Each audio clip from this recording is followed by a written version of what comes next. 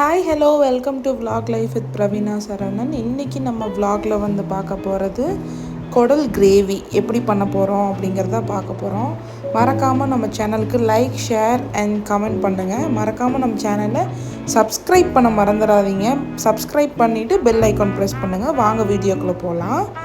இன்றைக்கி நான் குடல் வந்து பார்த்திங்கன்னா 3/4 கிலோ, அதாவது 750 கிராம் வந்து எடுத்திருக்கேன். அதை வந்து நம்ம க்ளீன் பண்ணி வாஷ் பண்ணி எடுத்து வச்சுக்கலாங்க. குடல்லாம் வந்து பார்த்திங்கன்னா வெட்டி வாங்கிட்டு வரப்போ வெறும் குடல் மட்டும் போட மாட்டாங்க.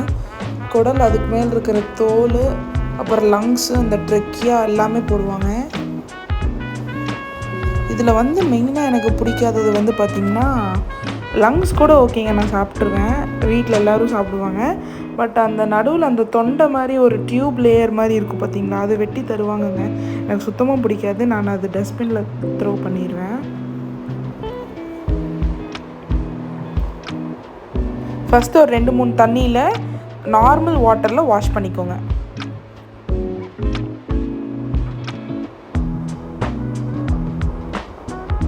நல்லா வாஷ் பண்ணிக்கோங்க. நல்லா, ஏன்னா வந்து பார்த்திங்கன்னா குடலில் நம்மளுக்கே கண்ணுக்கே தெரியாமல் வந்து பார்த்திங்கன்னா ஆட்டோட முடி இருக்கும். அதனால் நல்லா வாஷ் பண்ணிக்கோங்க.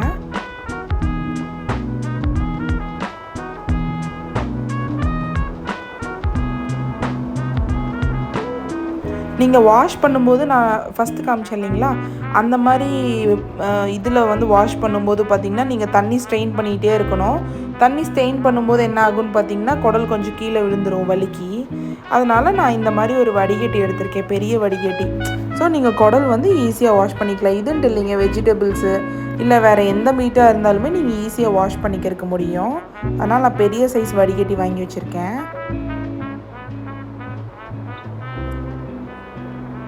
கொஞ்சம் மஞ்சத்தூளும் அப்புறம் சால்ட்டும் போட்டு நல்லா வாஷ் பண்ணிக்கோங்க. நான் நார்மல் சால்ட் யூஸ் பண்ணியிருக்கேன். நீங்கள் வேணும்னா கல்லுப்பு கூட யூஸ் பண்ணி வாஷ் பண்ணிக்கலாம்.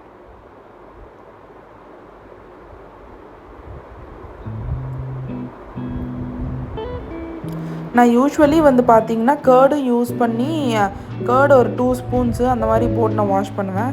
பட் ஆனால் இதில் வந்து வேண்டாங்க. சிக்கனுக்கு இல்லைனா ப்ரானுக்கு, நீங்கள் ஃபிஷ்க்கு அந்த மாதிரி யூஸ் பண்ணும்போது நல்லாயிருக்கும். பட் குடலுங்கும்போது நம்மளுக்கு ஏற்கனவே வலுவிழுந்தாக இருக்கும். அதில் எண்ணெய் கன்சிஸ்டன்சி ஜாஸ்தி, ஃபேட் கன்சிஸ்டன்சி ஜாஸ்தி. அதனால் வந்து பார்த்திங்கன்னா நான் இதில் கேர்டெல்லாம் எதுவுமே ஆட் பண்ணல. அந்த ட்ரெக்கே வந்து நான் பிடிக்காதுன்னு சொன்னேன் பார்த்திங்களா, டியூப்ஸ் மாதிரி இருக்கும் அந்த தொண்டை, ஆட்டோட தொண்டை மாதிரி. ஸோ எனக்கு அந்த டியூப்ஸ் பிடிக்காது. தமிழில் என்ன சொல்லுவாங்கன்னு எனக்கு தெரியல கரெக்டாக. ஸோ அது இருந்துச்சுன்னா நான் ரிமூவ் பண்ணிடுவேன், டஸ்ட்பினில் எடுத்து போட்டுருவேன். அதை நாங்கள் யூஸ் பண்ண மாட்டோம் சமையலுக்கு.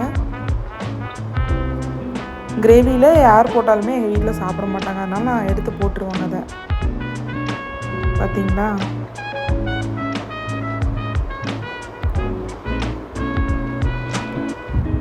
அது நான் 3/4 கிலோ வாங்கியிருக்கிறதுனால பார்த்திங்கன்னா அதுலேயே எனக்கு 5-6 பீஸ் வந்துருச்சு. நல்லா வாஷ் பண்ணிக்கோங்க. நல்லா வாஷ் பண்ணிவிட்டு வடிகட்டும் போது பார்த்திங்கன்னா அந்த முடி இருக்கான்னு கேர்ஃபுல்லாக பார்த்துக்கோங்க. ஏன்னா நம்ம வீட்டில் பெரியவங்களுக்கு கொடுப்போம், குழந்தைங்களுக்கு கொடுப்போம், கொஞ்சம் நல்லா சாப்பாட்டில் பிசைஞ்சு. ஸோ நல்லா அதனால் பார்த்து க்ளீன் பண்ணணும் நம்ம. இப்போது நான் இந்த கழுவுன குடல் எடுத்து குக்கரில் ட்ரான்ஸ்ஃபர் பண்ணிக்கிறேன்.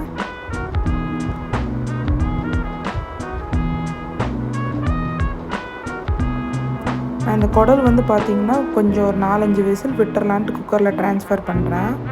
நல்லா வெந்துடும் நீங்கள் விசில் விடும்போது. கொஞ்சம் உப்பும் பெப்பர் 1 ஸ்பூன் போட்டு வேக வச்சுக்கோங்க. பெப்பர் 1 ஸ்பூன் போட்டால் போதுங்க. நான் இதுக்கு 2 கிளாஸ் தண்ணி ஊற்றுறேன் இன்றைக்கி.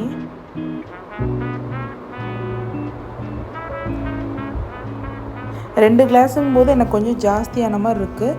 நீங்கள் 1.5 கிளாஸ் தண்ணி ஊற்றிக்கோங்க. 3/4 கிலோ குடலுக்கு 1.5 கிளாஸ் தண்ணி ஓகே, இல்லைன்னா 1.25 கிளாஸ் தண்ணி ஓகே. இப்போது இந்த குடலை வந்து 4-5 விசில் விட்டு நான் எடுத்துட்டேன். பாருங்கள், நல்லா வெந்து வந்துருச்சு. பார்த்தீங்களா எவ்வளோ ஃபேட் இருக்குதுன்னு பார்த்தீங்களா, அந்த தண்ணியில் உங்களுக்கு தெரியுதா, நல்லா ஆயில் கன்சிஸ்டன்சி மாதிரி இருக்குது. இத்தனைக்கும் நம்ம ஆயில் எதுவுமே ஊற்றலை, வெறும் உப்பும் பெப்பரும் போட்டு தான் வேக வச்சுருக்கோம் தண்ணியில். அதுலேயே பார்த்திங்கன்னா அவ்வளோ ஃபேட் விட்டுருக்கு. இதுக்கு நம்ம கிரேவி பண்ணுறதுக்கு கொஞ்சம் இஞ்சி பூண்டு பேஸ்ட்டு ஒவ்வொரு கையளவு எடுத்துருக்கேங்க. இஞ்சி ஒரு கையளவு, பூண்டு ஒரு கையளவு எடுத்து நம்ம மைய அரைச்சிக்கலாம். நல்லா பேஸ்ட் பண்ணிக்கோங்க. இப்போ கிரேவிக்கு நான் 4 பெரிய வெங்காயம் அறுத்து வச்சுருக்கேன். அப்புறம் 2 பெரிய தக்காளி அறுத்து வச்சுருக்கேங்க நான். அப்புறம் பார்த்திங்கன்னா பச்சை மிளகா 8லேருந்து 9 பச்சை மிளகா எடுத்திருக்கேன். அப்புறம் கருவேப்பிலை. பச்சை மிளகா பார்த்திங்கன்னா நீங்கள் 2 பீசஸாக கட் பண்ண வேண்டாம், லைட்டாக நடுவில் ஒரு கோடு மட்டும் போட்டிருக்கேன். அப்போ தான் நல்லா காரம் இறங்கும் உள்ள. இப்போ ஒரு கடாயில் எண்ணெய் சூட் பண்ணிக்கலாம். நம்ம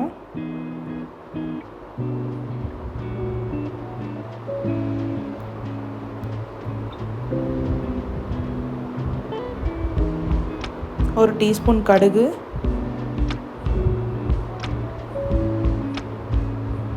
அப்புறம் பிரியாணி ஸ்பைசஸ் எல்லாமே போட்டுக்கோங்க. பிரியாணி இலை, பட்டை, கிராம்பு, ஸ்டாரு இதெல்லாமே பிரியாணி ஸ்பைசஸ் எல்லாமே போட்டுக்கோங்க.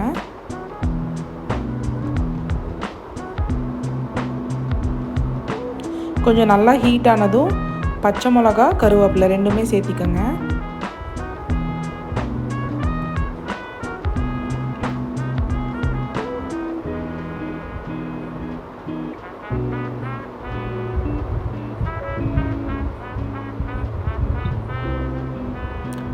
நம்ம அறுத்து வச்சுருக்கிற வெங்காயம் சேர்த்திக்கோங்க. நான் 4 வெங்காயம் சேர்த்திருக்கேன். நீங்கள் வேணும்னா 4லேருந்து 5 வெங்காயம் கூட சேர்த்திக்கலாம். உங்களுக்கு குடல் எவ்வளோ குவான்டிட்டியில் இருக்கோ நீங்கள் அதுக்கு தகுந்த மாதிரி வெங்காயம் சேர்த்திக்கலாம். இல்லை உங்களுக்கு கிரேவி நிறையா வரணுன்னா நீங்கள் இன்னும் கொஞ்சம் நிறையா கூட வெங்காயம் சேர்த்திக்கலாம். எக்ஸ்ட்ராவாகவும் நீங்கள் இன்னும் 2 கூட போட்டுக்கலாம். இல்லை கிரேவி அளவாக வந்தால் போதும்னு நினைக்கிறவங்க ஒரு வெங்காயம் 2 வெங்காயம் கம்மி பண்ணிக்கலாம். இப்போ வெங்காயம் நல்லா ப்ரௌன் ஆனதும் நல்லா ப்ரௌன் ஆகிற வரைக்கும் நல்லா வதக்கி விட்டுக்கோங்க.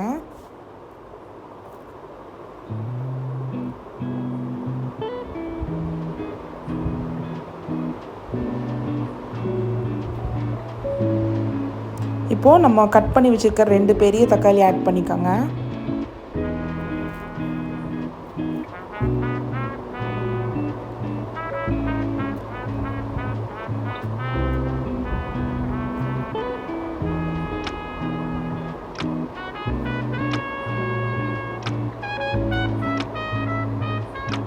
உப்பு தேவைக்கான அளவு,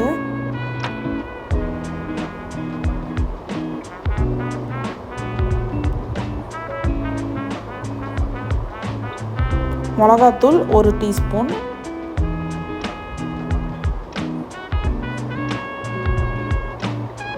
காரம் வந்து பார்த்து சேர்த்திக்கோங்க. ஏற்கனவே நம்ம குடல் வேக வைக்கும்போது 1 டீஸ்பூன் பெப்பர் வேறு போட்டிருக்கோம், காரம் நல்லா பிடிக்கிறதுக்காக. இதில் நீங்கள் தண்ணி எதுவுமே ஊற்ற வேண்டாங்க, தக்காளி அந்த தண்ணியிலே வெந்துடும். தண்ணி ஊற்றாம நல்லா வேக வைங்க இது 2யும். இப்போ நல்லா வதக்கிட்டோம் தக்காளியும் வெங்காயத்தையும். குடலும் பார்த்திங்கன்னா நான் தனியாக எடுத்து வச்சுருக்கேன், நம்ம அப்படியே ட்ரான்ஸ்ஃபர் பண்ணிடலாம். அந்த தண்ணியும் அப்படியே ஸ்டெயின் பண்ணாமல் அப்படியே ஊற்றிடுங்க ஃபுல்லாக. அதில் தான் சத்துலாம் இருக்குது, அதனால் நம்ம அதை ஸ்டெயின் பண்ணி எக்ஸஸ் வாட்டர் எடுக்க வேண்டாம், அப்படியே ஊற்றிடலாம். நம்மளுக்கு கிரேவி வர வர கொதிக்க கொதிக்க தண்ணி கம்மியாயிருங்க, நல்ல கிரேவி கன்சிஸ்டன்சியில் வந்துடும். அதனால் தண்ணியை வேஸ்ட் பண்ண வேண்டாம். நான் அதனால தான் சொன்னேன், வேக வைக்கும்போதே நான் 2 கிளாஸ் தண்ணி ஊற்றினேன். நீங்கள் தண்ணி ஓவராக வேண்டான்னு நினைக்கிறவங்க 1.25 கிளாஸ் 1.5 கிளாஸ் கூட ஊற்றிக்கலாம். பாருங்க நல்லா கொதிச்சிட்ருக்கு தண்ணி.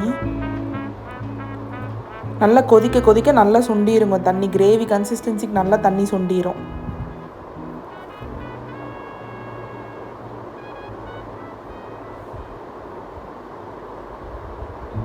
நல்லா ஒரு 15 to 20 மினிட்ஸ் அந்த தண்ணியிலே நல்லா வேக விட்டுருங்க. ஹை ஃப்ளேமில் இருந்தால் கூட தண்ணி நல்லா சுண்டாமல் இருக்கும், அதனால் நீங்கள் ஹை ஃப்ளேம்லேயே வச்சுருங்க, சிம்லெலாம் வைக்கணும்னு அவசியம் இல்லை.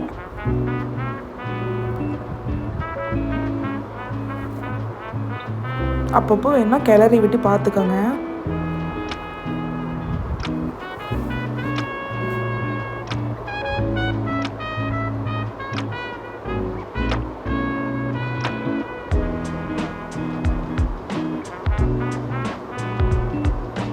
ஒரு 5 மினிட்ஸ் ஒன்ஸ் நீங்கள் பார்த்தா போதுங்க. இதை நீங்கள் லிட் போட்டு கூட மூடி வச்சிடலாம். நல்லா தண்ணி கொதித்து சுண்டி வரணும்.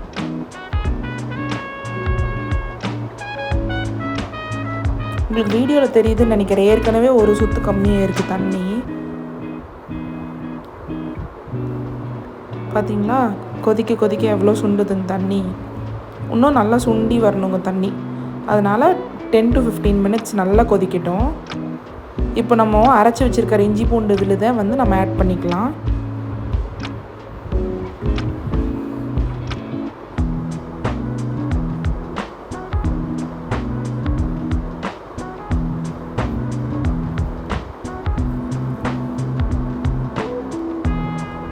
நாலு டீஸ்பூன் மட்டன் மசாலா ஆட் பண்ணியிருக்கேங்க. சக்தி மட்டன் மசாலா ஆட் பண்ணியிருக்கேன்.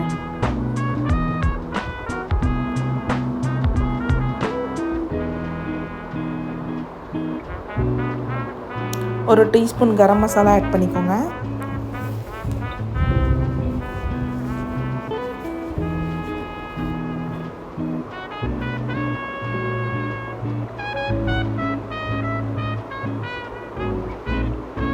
நல்லா கொதிக்கிட்டோங்க. மசாலாவோட பச்சை வாசமெல்லாம் போகணும். அந்த இஞ்சி பூண்டு ஸ்மெல்லு, பச்சை வாசம், அப்புறம் இந்த மசாலா ஆட் பண்ணியிருக்கிற பச்சை வாசமெல்லாம் போகணும். நல்லா சுண்டட்டும். நல்லா சுண்டி ஒரு கிரேவி கன்சிஸ்டன்சிக்கு வந்துடுங்க. ஓரளவுக்கு நல்லா கொஞ்சம் தண்ணி சுண்டுனதுக்கப்புறம் பார்த்தீங்கன்னா கிரேவி கன்சிஸ்டன்சி வராததுக்கு முன்னாடி உப்போட டேஸ்ட்டு, காரம் பத்தலைன்னா மிளகாத்தூள், இதை நல்லா டேஸ்ட் பண்ணி பார்த்துட்டு நீங்கள் நல்லா கொதிக்க வச்சுக்கலாம். கொஞ்சமாக டேஸ்ட் பார்க்குறக்காக நான் தனியாக ஒரு பிளேட்டில் போட்டு டேஸ்ட் பார்த்துக்கிறேன். நான்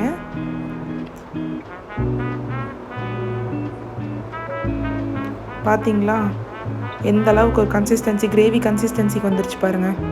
தண்ணி நல்லா சுண்டிருச்சு.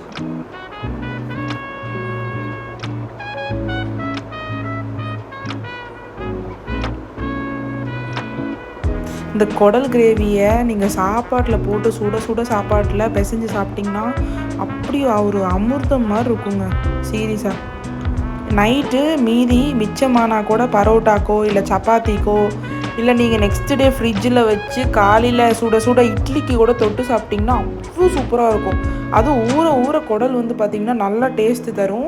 ஸோ நெக்ஸ்ட் டே நிறைய பேர் வச்சு சாப்பிடுவாங்க. அவங்களுக்கு நான் சொல்கிறேன், சுட சுட இட்லிக்கு வச்சு அடுத்த நாள் வச்சு சாப்பிட்டு பாருங்கள். சூட் பண்ணி எப்படி இருக்குன்னு மட்டும் பார்த்துட்டு நீங்களே கமெண்ட் செக்ஷனில் கமெண்ட் பண்ணுவீங்க. அவ்வளோ சூப்பராக இருக்குங்க இந்த ரெசிபி. குழம்பு மாதிரி வைக்காமல் நான் கிரேவி ஸ்டைலில் பண்ணியிருக்கேன். கடைசியில் வந்து கருவேப்பிலையும் கொத்தமல்லியும் நல்லா அந்த டேஸ்ட் உள்ளே இறங்குறதுக்காக கடைசியாக வந்து பச்சையாகவே ஆட் பண்ணிக்கலாம். ரொம்ப சுண்ட வேண்டாங்க. நான் ஸ்டார்டிங்லேயும் கொஞ்சம் கருவேப்பிலை போட்டிருக்கேன். கடைசியில் வந்து பார்த்திங்கன்னா சும்மா கருவேப்பிலை ஒரு கையளவு, அப்புறம் கொத்தமல்லி கொஞ்சம் வந்து போட்டிருக்கேன். ஒரு டேஸ்ட், ஒரு ஃப்ளேவர் வந்து இறங்குறதுக்காக. பார்த்திங்கன்னா நல்லா சுண்டி வந்துருச்சு தண்ணி. எவ்வளோ கலர்ஃபுல்லாக இருக்குது பாருங்கள். இப்படி சுட சுட சாதமில் போட்டு பிசைஞ்சு சாப்பிட்டா சூப்பராக இருக்கும். மிச்சமானாலும் ஒன்றுமே பிரச்சனை இல்லை. நைட்டு பரோட்டாக்கோ இல்லை சப்பாத்திக்கோ வச்சு சாப்பிடுங்க, சூப்பராக இருக்குங்க.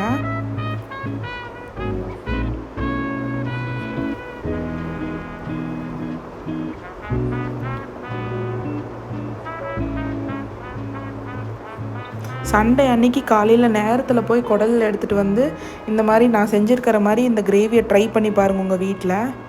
கண்டிப்பாக உங்களுக்கு ரொம்ப பிடிக்கும். செஞ்சு பார்த்துட்டு கமெண்ட் செக்ஷனில் எப்படி இருக்குன்னு கமெண்ட் பண்ணுங்கள். இன்னும் நிறைய வீடியோஸ்க்கும் எனக்கு கமெண்ட் பண்ணுங்கள். என்னென்ன வீடியோஸ் பார்க்கணுன்னு நீங்கள் ஆசைப்பட்றீங்களோ அதுவும் கமெண்ட் பண்ணுங்கள். நான் செஞ்சு காமிக்கிறேன் உங்களுக்கு. எவ்வளோ நல்லா தண்ணி சுண்டி எப்படி ஒரு கன்சிஸ்டன்சிக்கு வந்திருக்கு பாருங்களேன். இப்போ நான் ஒரு பிளேட்டில் ட்ரான்ஸ்ஃபர் பண்ணிக்கிறேன்.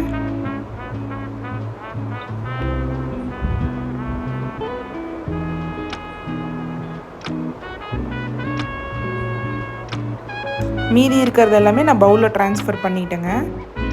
ஃபுல்லாக காலி ஆயிடுச்சு. பாருங்கள் எப்படி இருக்குன்னு.